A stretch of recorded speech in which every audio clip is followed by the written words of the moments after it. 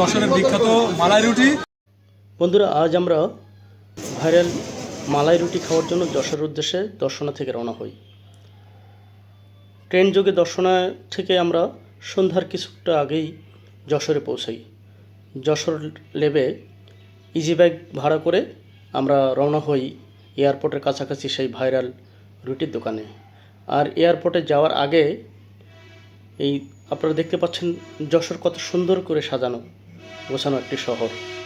কিছুক্ষণ পরেই আমরা পৌঁছে যাই ভাইরাল সেই মাদারল্যান্ড নামে কফি হাউজে, এবং আমরা কিছুক্ষণ দাঁড়ানোর পরে কাঙ্ক্ষিত টোকেন পাই রুটি খাওয়ার জন্য।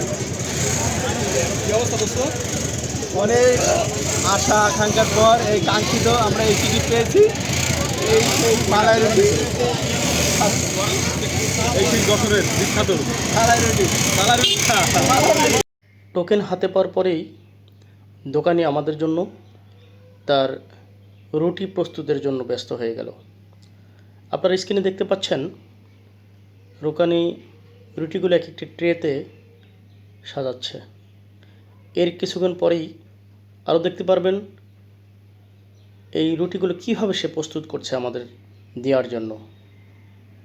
ট্রেতে রুটি সাজানোর পরপরই শুরু হয় আসল কারিশমা। বড় সসপ্যান থেকে একটি বড় মগে করে প্রত্যেকটা রুটিতে ঢেলে দিচ্ছে দুধ। দুধের পরে আরও বিভিন্ন আইটেম আছে, কাজু বাদাম, তারপর মিষ্টি কুমড়ার বিচি, বিস্কিটের গুঁড়া, মধু সহ আরও 20-25 রকমের আইটেম। আর রুটির উপরে দেখতে পাচ্ছেন দুধের সর দিয়ে দিচ্ছে।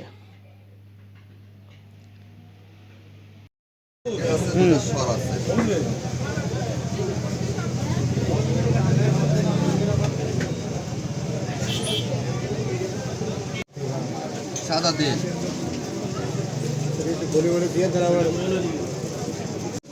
এটা কি দিতেছেন ভাইয়া? এটা তো পাম্পিং সেট ভাইয়া। মাছ আসার আগে তো ফালাই দিত, এখন কি এনে আসছি আমরা। হ্যাঁ, ফ্রাই করা ভাই। সবগুলো ভেজে আনা। অপেক্ষার প্রহর শেষ, আমাদের জন্য প্রস্তুত রুটি আমরা এখনই পেয়ে যাব হাতে। এবার একটুখানি সাইড দেন না প্লিজ। আমি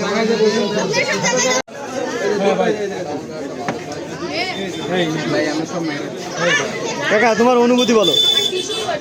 এই যে যশোরের বিখ্যাত মালাই রুটি 1 ঘন্টা সিরিয়ালের পরে আমরা পাইলাম। আশা করি ভালো হবে, যেহেতু অনেক ধৈর্য পরীক্ষা দিতে হয়েছে। ধৈর্যের জিনিস অবশ্যই ভালো হবে আশা করি। এখন খেয়ে রিভিউ দেওয়া যাবে কি অবস্থা।